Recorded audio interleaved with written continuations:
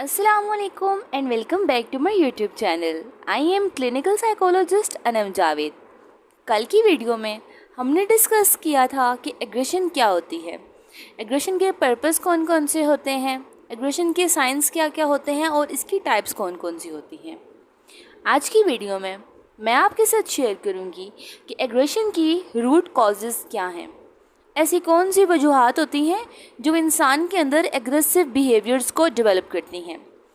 Aggression के आपके daily life के ऊपर इम्पैक्ट्स क्या होते हैं, आपकी ज़ात के ऊपर और आपसे जुड़े लोगों के ऊपर इसके कौन से असरात होते हैं, और लास्ट में हम देखेंगे कि आप अपने एग्रेशन को किस तरीके से मैनेज कर सकते हैं. So without further delay let's get started. हमने डिस्कस किया था कि एग्रेशन क्या है.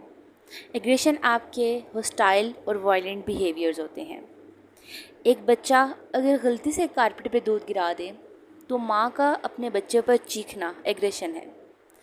एक बच्चा दूसरे बच्चे को ग्राउंड में सिर्फ इस वजह से धक्का दे दे क्योंकि वो उसके फेवरेट टॉय से खेल रहा था, ये उस बच्चे का एग्रेशन है.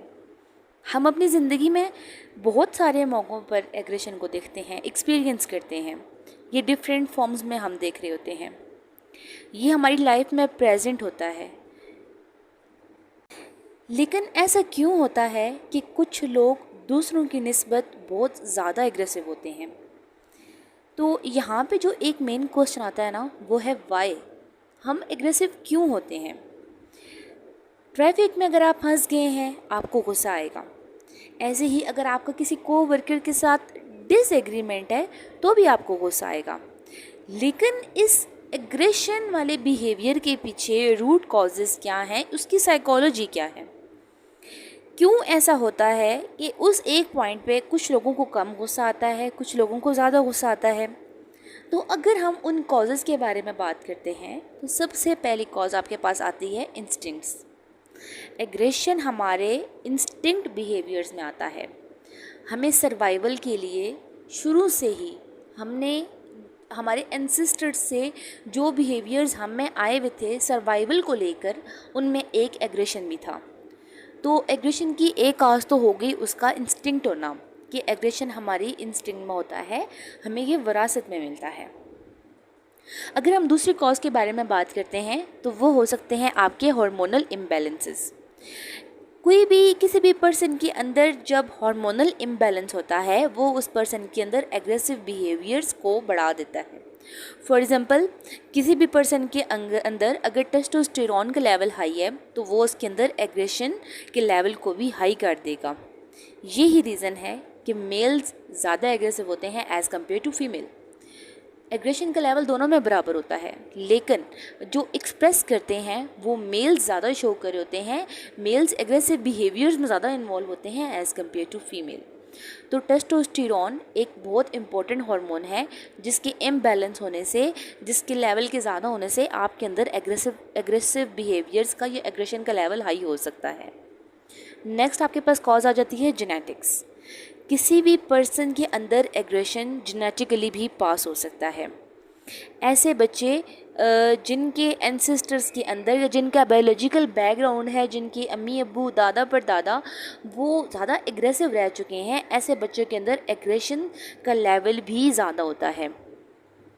फॉर एग्ज़ाम्पल, अगर आप ख़ानदानी दुश्मनी को देखते हैं तो पेरेंट्स और उनके जो पेरेंट्स होते हैं, जब हम उनमें एग्रेशन का लेवल ज़्यादा देख रहे होते हैं तो बायोलॉजिकली बच्चों के अंदर भी उस लेवल की ज़्यादती होती है. ऐसे बच्चों में एग्रेशन ज़्यादा होता है.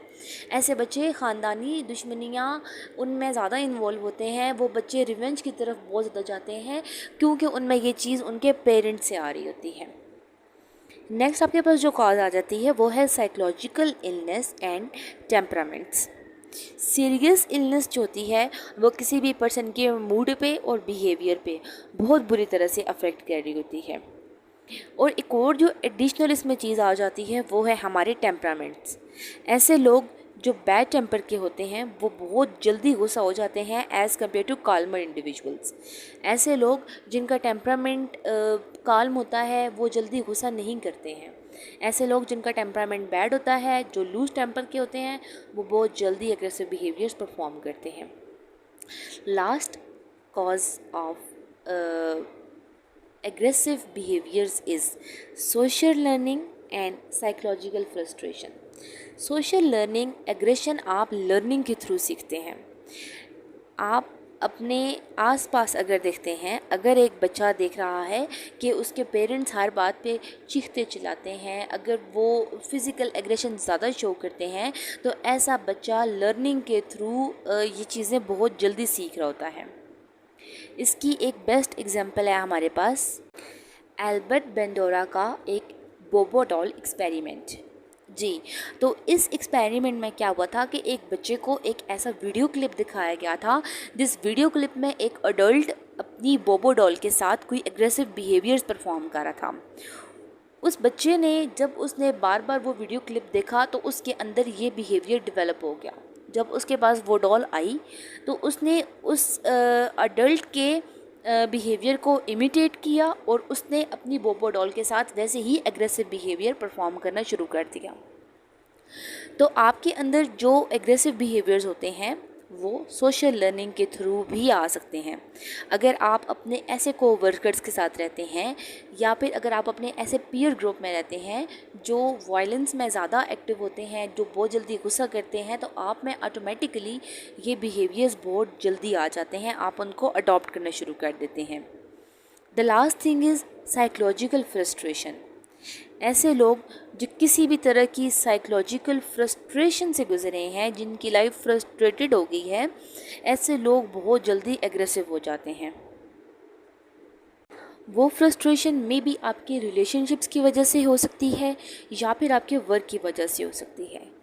वटेवर वो जिस वजह से भी होती है, वो आपके अंदर फीलिंग ऑफ नेगेटिविटी को डेवलप कर देती है और ये फीलिंग ऑफ नेगेटिविटी आपके अंदर एग्रेशन को लीड करती है, आपके अंदर एग्रेशन को डेवलप कर देती है। जी, तो अगर हम बात करते हैं कि एग्रेशन का आपकी लाइफ के ऊपर क्या इम्पैक्ट होता है, तो एग्रेशन आपके रिलेशनशिप्स के ऊपर और आपकी हेल्थ के ऊपर बहुत बुरी तरह से अफेक्ट होती है। रिसर्चर्स ने सजेस्ट किया है कि आपके एंगर में और आपकी क्रॉनिक इन्फ्लेमेशन में एक स्ट्रॉन्ग लिंक होता है। ऐसे लोग जिनमें एग्रेशन ज़्यादा होता है, जो बहुत ज़्यादा गुस्सा करते हैं, उनमें secondary health problems, for example उनमें कार्डियोवैस्कुलर इश्यूज़ बहुत ज़्यादा हो जाते हैं। ऐसे लोग बीपी हाई के पेशेंट्स बन जाते हैं, ऐसे लोग डायबिटीज़ के पेशेंट बन जाते हैं, ऐसे लोगों में डिफरेंट इलनेस आ सकती हैं, फिज़िकल इलनेस इन लोगों में आ सकती हैं। आपका जो एंगर है या फिर जो एग्रेशन है वो आपकी मेंटल हेल्थ कंडीशन के साथ भी बहुत स्ट्रॉन्गली एसोसिएटेड होता है। अगर कोई पर्सन ज़्यादा एग्रेसिव है तो वो डिप्रेशन की तरफ बहुत जल्दी जाता है, स्ट्रेस, फीलिंग ऑफ गिल्ट उसमें बहुत ज़्यादा कॉमन होती है। आप अगर अपने किसी पार्टनर, किसी फ्रेंड या फैमिली मेम्बर के हाथों एग्रेशन को एक्सपीरियंस करते हैं तो उसके भी बहुत ज़्यादा बुरे इफ़ेक्ट होते हैं। ऐसे लोग जो विक्टिम रह चुके हैं किसी भी फिज़िकल या फिर साइकोलॉजिकल एग्रेशन का, ऐसे लोग हार्म एक्सपीरियंस करते हैं। इवन अगर उनका एग्रेसर या फिर वो जो उनका एक मेंबर था जो एग्रेशन शो कर रहा था, अगर वो एग्रेसिव नहीं भी हो रहा ना, वो तब भी उसे डरे होते हैं।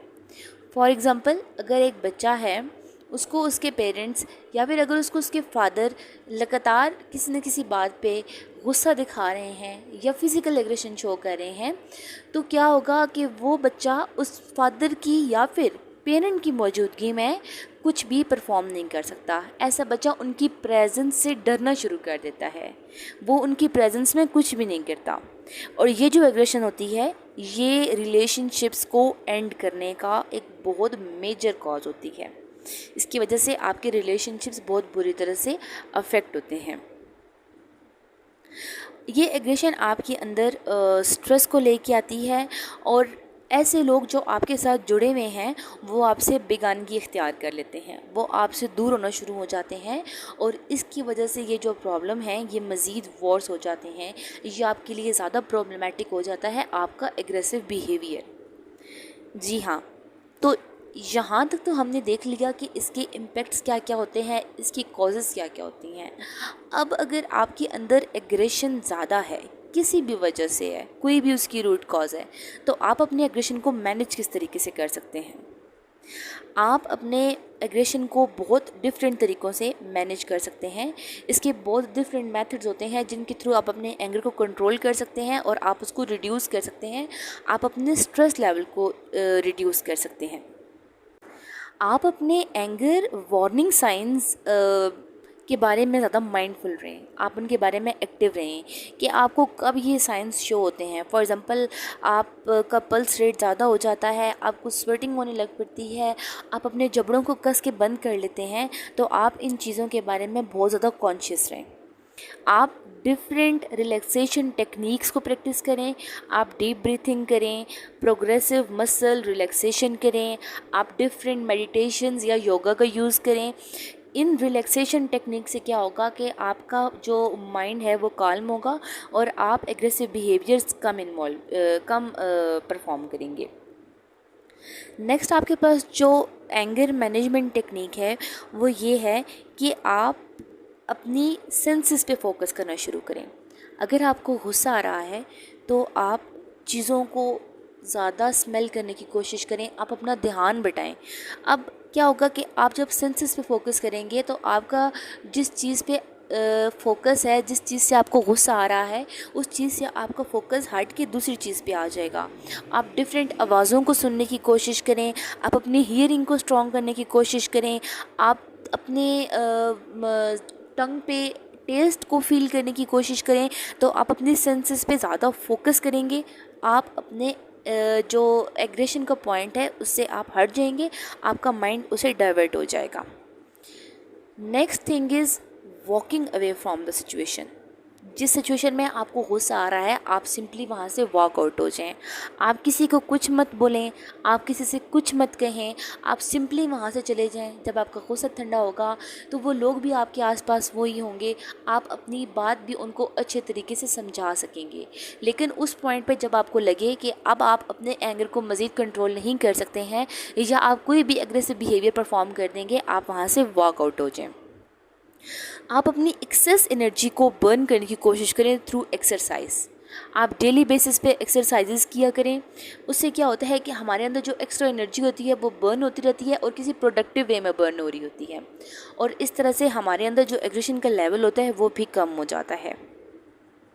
आप जब भी फ्रस्ट्रेशन में हो या आप जब भी किसी बात पे गुस्सा हो रहे हो तो किसी ट्रस्टेड फ्रेंड या किसी फैमिली मेम्बर के पास जाएं अपनी सोशल सपोर्ट के लिए। कभी कभी किसी के वर्ड्स होते हैं वो हमें हील करने के लिए इनफ होते हैं, तो किसी पर्सन के पास जाएं। आपको वो जब कोई अच्छा सजेशन देंगे तो आपको भी समझ आ जाएगा कि जिस चीज़ पे आप गुस्सा हो रहे थे वो कोई बहुत बड़ी चीज़ नहीं थी। आप अपने अपने आप को अपने माइंड को और एक्टिविटीज़ की तरफ डिस्ट्रैक्ट करें। आप अपने आप को चेंज करें, आप कुछ ऐसी एक्टिविटीज़ परफॉर्म करना शुरू करें जिससे आपका माइंड डाइवर्ट हो जाएगा, आपका ध्यान बहुत सारी चीज़ों से हट जाएगा। आप अपनी नेगेटिव थॉट्स को रीफ्रेम करने की कोशिश करें। आप कोशिश करें कि जो आपको कोई बंदा समझा रहा है या कुछ कह रहा है या कुछ भी उस टाइम पे कोई एक्ट ऐसा हुआ है जिस पे आपको गुस्सा आ रहा है, आप उसकी रूट कॉज समझने की कोशिश करें कि अगर ये चीज़ हुई है तो क्यों हुई है।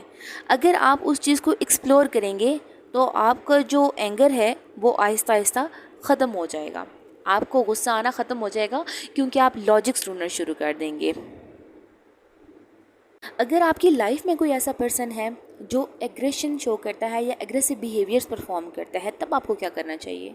सबसे पहले अपनी मेंटल हेल्थ और अपनी फ़िज़िकल सेफ्टी के बारे में सोचें। अपने आप को प्रोटेक्ट करें, काल्म रहने की कोशिश करें और कॉन्फ्लिक्ट्स को ऐसे पर्सन के साथ ज़्यादा मत बढ़ाएं।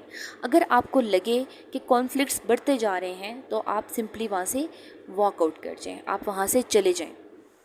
बेहतर है कि ऐसे पर्सन के हाथों, कोई आपका फ्रेंड है, फैमिली मेम्बर है, कोई भी पर्सन है आपका बहुत क्लोज़ है, ऐसे पर्सन के हाथों उसके एग्रेसिव बिहेवियर्स को फेस करने से बेहतर है कि आप उस पर्सन को उस टाइम पे छोड़ के चले जाएं।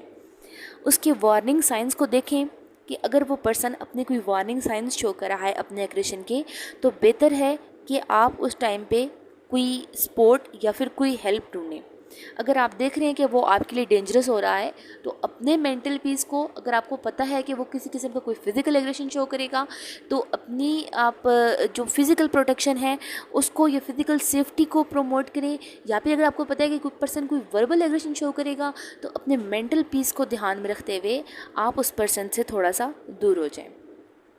क्योंकि ज़िंदगी में सब बहुत ज़रूरी हैं, लेकिन सबसे पहले आप ख़ुद बहुत ज़रूरी हैं। आप अपना ख्याल रखें, तब आप दूसरों का ख्याल रखेंगे। आई होप आपको मेरी वीडियो पसंद आई होगी। अगर आपको मेरी वीडियो पसंद आई है तो प्लीज़ मेरी वीडियो को लाइक करें, मेरे चैनल को सब्सक्राइब करें और अपने फ्रेंड्स के साथ ज़रूर शेयर करें। अपना बहुत ज़्यादा ख्याल रखें। अल्लाह हाफिज़।